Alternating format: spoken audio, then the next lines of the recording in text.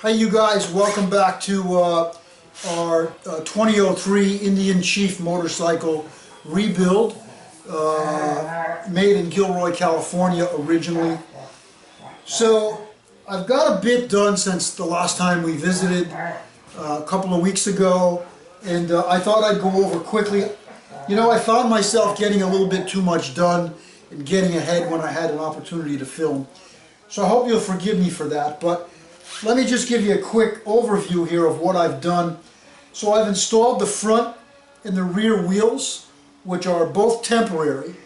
Temporary meaning they aren't going to be on the motorcycle permanently. I'll have some Avon Gangster white walls on there, and I also have a set of powder-coated rims with chrome spokes and chrome hubs. But I wanted to start the fit up. I wanted to get the frame to where I could get the kickstand on it, which I haven't done yet, but I'm ready to, and have a set of wheels on it so I can roll it around. So the front and rear axles are in. Both of them are chromed on the ends that you see. I took the time to do that.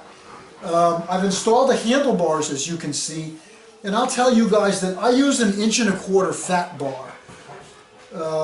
These are so much more Indian-like than the stock bars that came on the 02 and the 03 Power Plus Chiefs, which were 1 inch, and really when you compare a Chief with 1¼ inch bars alongside of a Chief with the stock bars, the 1 inch bars, they really look pretty spindly. So I upgrade to an 1¼ inch fat bar.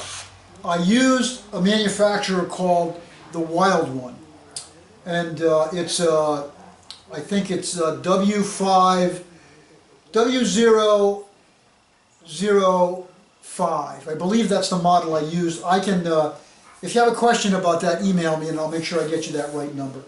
So I've installed the hand grips. I've installed the throttle's not on yet. I've rebuilt the brand new handlebars with brand new handlebar controls on the left and the right. I've pulled the wiring through. I've identified all the wiring colors. I made a schematic as to which 2 wires go to each device up here. So the turn signals, the horn, turn signals over here again, the stop, start, and run button. I've identified all the colors of the wiring. Then I used my own meter and I checked the wires to make sure that none of the wires had gotten grounded by accident. It's kind of close quarters working in here. So another thing that we've done is I've gotten the belt installed, the rear belt pulley, which I had chromed. So very interesting, I set the transmission, brand new 5-speed stock transmission. I'm not sure if you're too close. Which there's a trick to installing the transmission. Instead of putting the engine in, I used a lower case that I've had stored for a while, because by having the lower case, it allows you to line up the lower case to the transmission to the rear belt pulley. All of those things have to be in line together. I'm getting some interested. So I thought I'd show you guys the trick that I learned years ago is that you first set the transmission up to be close, to be as close as you can. Then you set, I set the engine, the lower engine case to be as close as you can. Now the trick is that they all have to line up with the inner primary. They have to line up perfectly, such as that. Perfect fit. Of course I bolted everything up tightly, which aligns and pulls together the transmission, the lower case, in line with the rear belt pulley. Once you bolt this up tight and you're pleased with it, then you can tighten down your lower engine case. Then when you're still pleased with it, you still are allowed, it allows you a little flexibility to get the transmission pulled into place till there's no gaps, you guys, all around this primary. There's lots of stories about guys cracking their inner primary by not lining these two machine faces on the lower case and the transmission, by not lining all this stuff up properly, if you have the primary cocked either left to right or tilted this way, sort of top to bottom, if they're not perfectly in line, you'll crack this housing. You'll crack your inner primary. I was very careful to do that, and you're sure that you get it right when this just pops on like it did for me, and when it doesn't take a lot of effort to get it off. So I know that my transmission is perfectly aligned. I can remove this lower block now, lower case, and I can put it aside and I can install the engine now.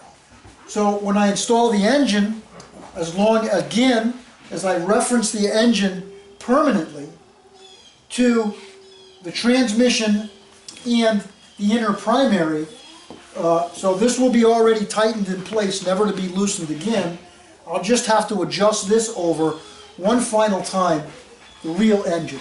I'll put this back. So I thought you guys would find that interesting, that that's the way that you line that up. And again, I wasn't ready for the whole engine to be in there. Now I have to tell you, there's a little clearance in the mounting holes of the transmission and the lower case, but there's not a lot of clearance. It's not like you have, you know, 3/4 of an inch or half an inch. In the transmission, you maybe have an 1/8 of an inch play in the holes, all different ways. And in the lower case, there's even a little less than that. Maybe there's a 1/16 play this way, left to right. So it's really not hard. It just takes patience and some common sense. So having this all aligned, the reason I wanted to leave the engine out was I wanted to get to the wiring. So I've installed the electronic control module, otherwise known as the ECM. I have the main wiring harness in place. Down here by the battery box, the connections are all set to go. I've run the wires through the frame. The rear swing arm is installed. I have the wiring harness weaved through underneath the transmission up to the lower case, where it'll come all the way forward to where the oil pump sets. And actually will go on the pressure switch.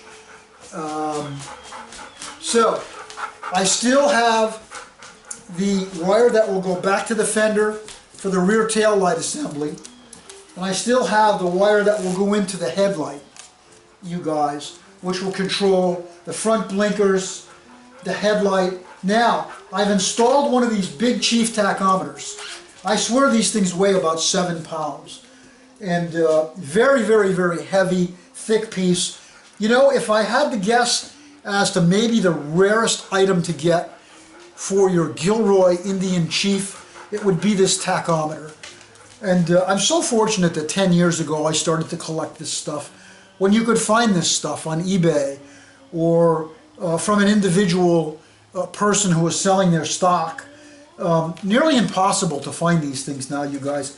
I think the last one of these I saw on eBay, I actually got outbid, and my bid was $1,100. It went for someplace around $1,200. So one of these tacks is, I'm thinking, worth $1,200 to $1,500 now.